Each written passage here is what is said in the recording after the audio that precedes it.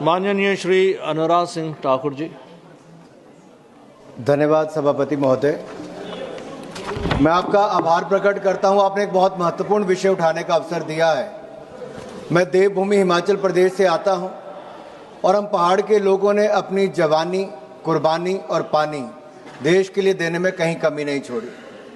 आज से 50 साल पूर्व, 50 साल से ज़्यादा हो गए, जब पौंग डैम के बनाने के लिए उस समय की कांग्रेस सरकार ने कहा था 20,772 परिवारों के 339 गांव से उनको खाली करवा दिया गया। राजस्थान में जमीन देने के वायदे किए गए, विस्थापित उनको किया गया और स्थापित उनको राजस्थान में करने की बात कही गई। उनके जमीन पानी में डूब गई, घरों से वो बेघर हो गए। बाकी राज्यों में बिजली पहुंच गई लेकिन उनके घरों में अंधेरा छाया रहा। मेरा सवाल आज ये खड़ा होता है, 50 साल से ज्यादा बीत गए, क्या कसूर था हिमाचल प्रदेश के सबसे बड़े जिला कांगड़ा के लोगों का कि अपने घर परिवार से तो वो बिछड़ गए, जमीनें चली गई, ना उनको जो वायदा किया गया था जमीन देने का राजस्थान में, ना वो जमीन मिल पाई, ना उनके घर बस पाए, ना उनको पैसा मिल पाया। आज भी 6,700 से ज्यादा परिवार इंतजार कर रहे हैं जमीन मिलने का, स्थापित होने का। उनके 2-2 पीढ़ियां चली गई लेकिन स्थापित नहीं हो पाए। क्या ये देश में सही हो रहा है? मैंने एक आपके सामने, कितनी सरकारें आकर चलेगी, मैं भाजपा कांग्रेस की बात नहीं कर रहा, चाहे उस समय कांग्रेस का निर्णय रहा होगा, लेकिन राजस्थान में एक के बाद दूसरी सरकार आकर चली गई। लोग अपनी जेब से पैसा खर्च करते हैं राजस्थान जाके अपनी जमीन को ढूंढने के लिए।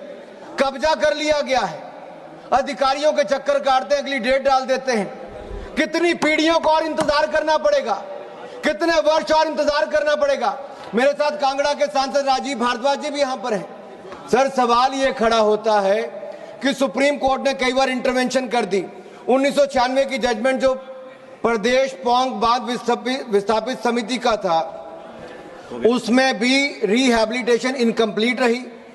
6,700 लोगों को आज तक अपनी जमीन नहीं मिल पाई, इंफ्रास्ट्रक्चर वहां पे नहीं मिला, ब्यूरोक्रेटिक ऑब्स्टेकल्स है। मैं एक डिमांड आपके माध्यम से यहां पे करने वाला हूं सर, ये जो हिमाचल प्रदेश ऑफिसर्स ने एक इंस्पेक्शन रिपोर्ट दिसंबर 2024 में दी, जिसमें उन्होंने कहा कि जल्द से इसको इम्प्लीमेंटेशन करने की बात की जाए, पेंडिंग अलॉटमेंट की जाए, इंफ्रास्ट्रक्चर डेवलप किया जाए और प्रोसीजर को स्ट्रीमलाइन किया जाए। इसके लिए करना क्या पड़ेगा सर? एक ही मांग है कि जल शक्ति मंत्रालय, गृह मंत्रालय इसमें इंटर मिनिस्ट्रियल रिव्यू करे और हमारी जो सेंट्रल हाई पावर कमेटी है उसको स्थापित किया जाए।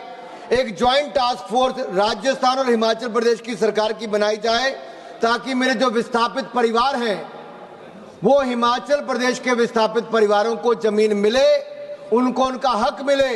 अगर सदन को लगता है कि विस्थापितों को उनका हक मिलना चाहिए, तो मैं चाहता हूं आप भी मेरे साथ संबंधित होकर कहें, क्योंकि माननीय राजीव भारद्वाज जी कांगड़ा के सांसद हमारे साथ हैं। धन्यवाद। अगर लगता है तो हम आपके माध्यम से इस मांग को रखते हैं सर। धन्यवाद। धन्यवाद जी।